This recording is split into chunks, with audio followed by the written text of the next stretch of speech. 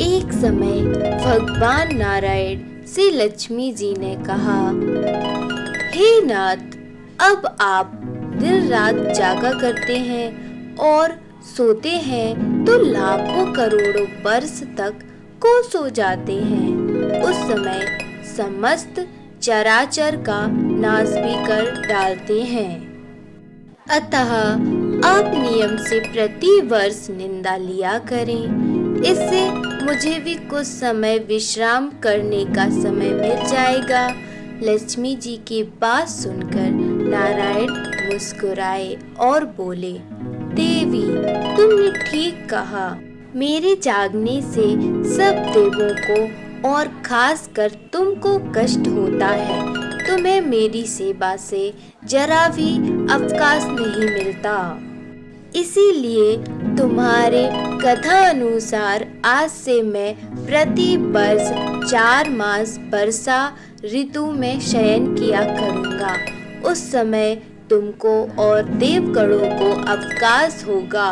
मेरी यह निद्रा अल्प निद्रा और प्रलय कालीन महानिद्रा कहलाएगी। यहाँ मेरी अल्प निद्रा मेरे भक्तों को परम मंगलकारी उत्सव प्रदान तथा पुण्य वर्धन होगी।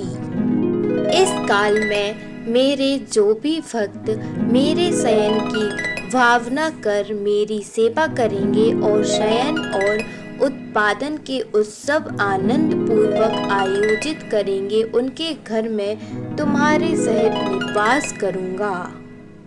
दोस्तों, देव प्रबोधिनी एकादशी की दूसरी कथा के बारे में जानेंगे। एक राजा के राज्य में सभी लोग एकादशी का व्रत रखते थे। वहाँ की प्रजा नौकर चाकरों से लेकर पशुओं तक को एकादशी के दिन अन्न नहीं दिया जाता था। एक दिन किसी दूसरे राज्य का एक व्यक्ति राजा के पास आकर बोला, महाराज, कृपया करके मुझे नौकरी पर रख लें। तब राजा ने उसके सामने एक शर्त रखी कि ठीक है, रख लेते हैं, लेकिन रोज तो तुम्हें खाने को सब कुछ मिलेगा, पर एकादशी को अन्न नहीं मिलेगा। उस व्यक्ति ने उस समय हाँ कर ली, पर एकादशी के दिन जब उसे फलाहार का सामान दिया गया तो वह राजा के सामने जाकर गिड़गिड़ाने लगा, महाराज, इससे मेरा पेट नहीं भरेगा, मैं भूखा ही मर जाऊंगा, मुझे खाने के लिए अन्न दे दो। राजा ने उसे शर्त की बात याद दिलाई, फिर भी वह अपनी बात पर अड़ा रहा और अन्न छोड़ने को राजी नहीं हुआ। तब राजा ने उसे आटा, दाल, चावल आदि दिए। वह नित्य की तरह नदी पर पहुंचा और स्नान कर भोजन पकाने लगा। जब भोजन बन गया तो वह भगवान को बुलाने लगा, आओ भगवान, भोजन तैयार है। उसके बुलाने पर पीताम्बर धारण किए भगवान चतुर्भुज रूप में आ पहुँचे और प्रेम से उसके साथ भोजन करने लगे। भोजन आदि करके भगवान अंतर्ध्यान हो गए तथा वह अपने काम पर चला गया।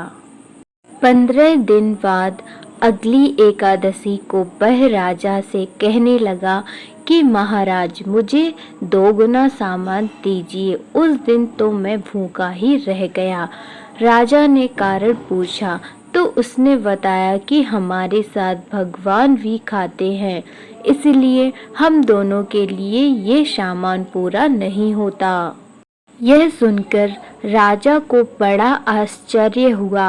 वह बोला, मैं नहीं मान सकता कि भगवान तुम्हारे साथ खाते हैं। मैं तो इतना व्रत रखता हूँ, पूजा करता हूँ, पर भगवान ने मुझे कभी दर्शन नहीं दिए। राजा की बात सुनकर वह बोला, महाराज, यदि विश्वास ना हो तो साथ चलकर देख लें। राजा एक पेड़ के पीछे छिपकर बैठ गया। उस व्यक्ति ने हर रोज की तरह भोजन बनाया और भगवान को शाम तक पुकारता रहा, फिर भी भगवान ना आए। अंत में उसने कहा, हे भगवान, यदि आप नहीं आए तो मैं नदी में कूदकर प्राण त्याग दूंगा। फिर भी भगवान नहीं आए। तब वह प्राण त्यागने के उद्देश्य से नदी की तरफ बढ़ा।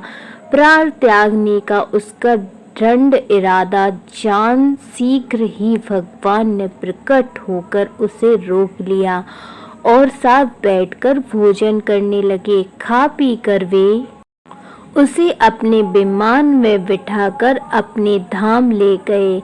यह देख राजा ने सोचा कि व्रत उपवास से तब तक कोई फायदा नहीं होता जब तक मन शुद्ध ना हो।